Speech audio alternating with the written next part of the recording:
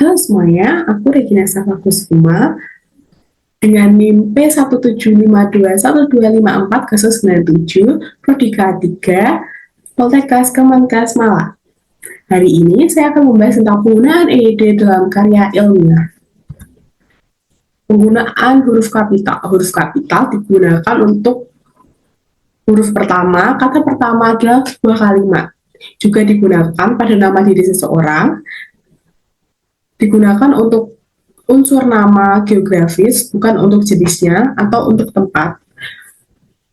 Huruf kapital juga digunakan pada suatu nama lembaga, instalasi, dan organisasi resmi, nama hari, bulan, dan peristiwa bersejarah, gelar kehormatan, jabatan, dan pangkat yang diikuti nama orang, awal kalimat dalam kutipan langsung, nama bangsa, suku, dan bahasa. Selanjutnya huruf miring. Huruf miring digunakan untuk penulisan tertentu dalam karya ilmiah atau tulisan akademik dalam penulisan tangan atau naskah yang tidak mendukung huruf miring dapat diganti dengan garis bawah. Huruf miring digunakan untuk menulis judul buku, majalah, surat kabar, atau karya ilmiah, menegaskan atau mengkhususkan kata atau istilah, menulis istilah asing yang belum diserap ke dalam bahasa Indonesia, menulis kata dari bahasa daerah.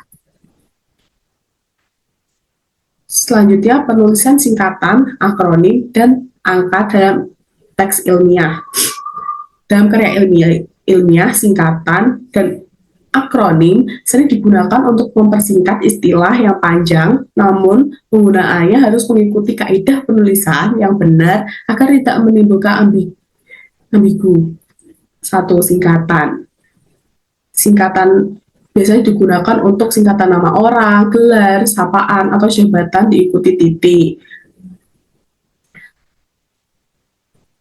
Singkatan nama lembaga atau organisasi ditulis huruf kapital tanpa titik, singkatan umum bertitik, singkatan satuan ukuran takaran atau mata uang tidak diikuti titik. Contohnya 5 kg, 10 meter, 10.000 rupiah. 2. Akronim adalah pendekatan berupa gabungan huruf awal atau suku kata yang menjadi kata baku. Akronim baru mudah diucapkan agar tidak menimbulkan kerancauan. Penulisan angka dalam teks ilmiah. Angka 1 sampai 9 ditulis dengan huruf, lalu angka 10 ke atas ditulis dengan angka. Angka di awal kalimat harus ditulis menggunakan huruf. Penulisan kata dasar dan kata turunan.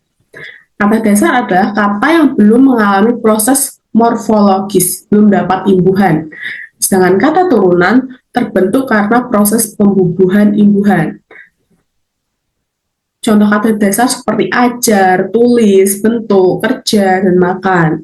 Sedangkan kata turunan seperti mengajar, mengajarkan, tertulis, pembentukan, pekerja, seperti itu. Kata majemuk.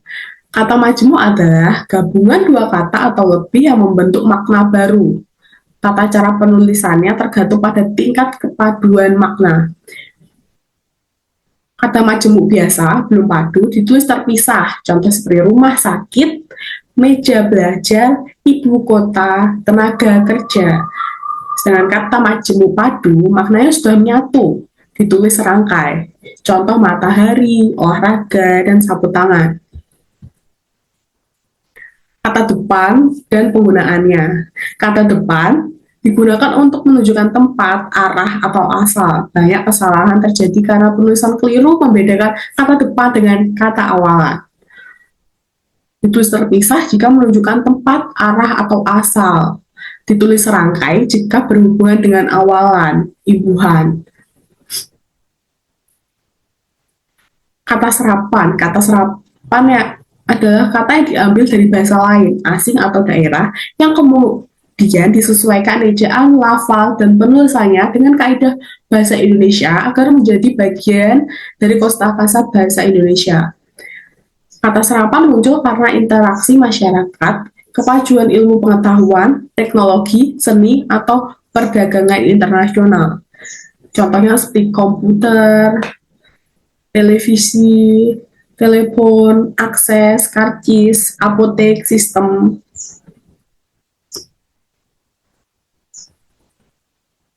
Tanda baca berfungsi untuk memperjelas struktur dan makna kalimat, memisahkan unsur kalimat, serta membantu pembaca memahami isi tulisan dengan baik. Dalam teks ilmiah, penggunaan tanda baca yang benar mencerminkan ketelitian dan profesionalisme. Tanda titik untuk mengakhiri kalimat pernyataan setelah singkatan nama orang atau gelar tidak digunakan pada judul tabel, gambar, atau daftar isi. Tanda koma digunakan untuk memisahkan unsur sejenis dalam kalimat. Setelah kalimat di awal kalimat, di belakang kata sapaan, memisahkan keterangan tambahan dan tidak membatasi subjek.